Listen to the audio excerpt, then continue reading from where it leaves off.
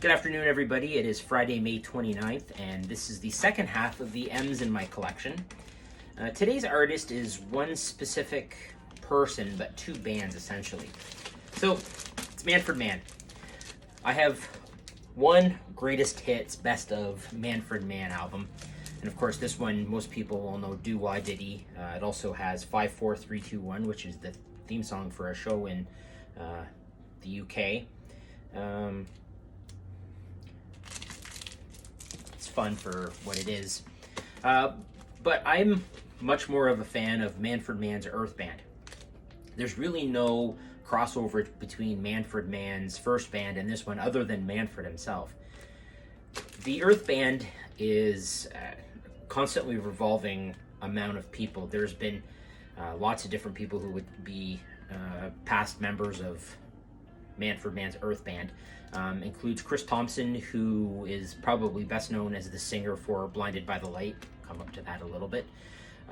There's also Trevor Rabin, who is better known as being a member of Yes, and there's Chris Slade, who is currently the drummer for AC/DC. So Manfred Mann's influences were into jazz, classical music, and he combined that with rock, and it basically came out as a progressive rock type style on a lot of his music. Go through the albums quick. So I've done a little bit of homework for a change and put these in chronological order. First one was Messin. Then there's Solar Fire. Now this album has a track on it, Joybringer, and that was inspired by Gustav Holst's music from his Planet Suite. And I also somehow have managed to have two copies of Solar Fire. Next up is The Good Earth. This was a little bit of a unique presentation. As a result, what they did was a promotion where the owner of this album is entitled to rights over 1 square foot of the earth situated at Lancerfa in the county of Breton, Wales in Great Britain. It needed to be claimed prior to December 31st, 1975, so I feel like I've missed my window there. Worth noting, you needed to submit that corner up there, and so I will say I'm thankful whoever owned this prior to me didn't cut up the record. Next one is Nightingale and Bombers. This the title of this album came from a phrase from World War II. Roaring Silence. This is the one I'm listening to right now. It's probably my favorite Manfred Mann's Earth Band album.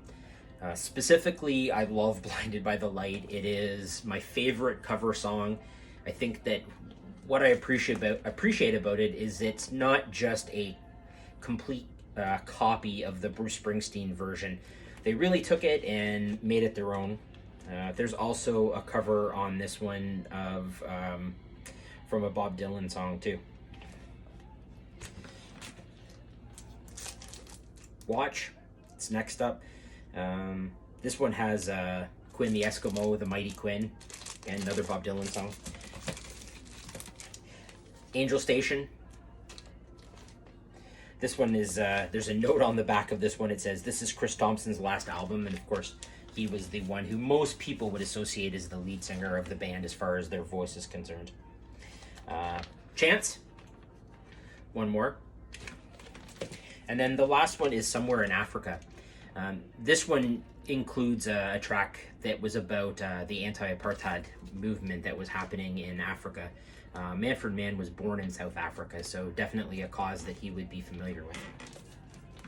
So that's it for M. Be back tomorrow with some N's. It's a strange mix of artists, and it's got a lot of Canadian in it too, so to my comment on the page yesterday about CanCon, I'm going to follow up with a lot more CanCon tomorrow.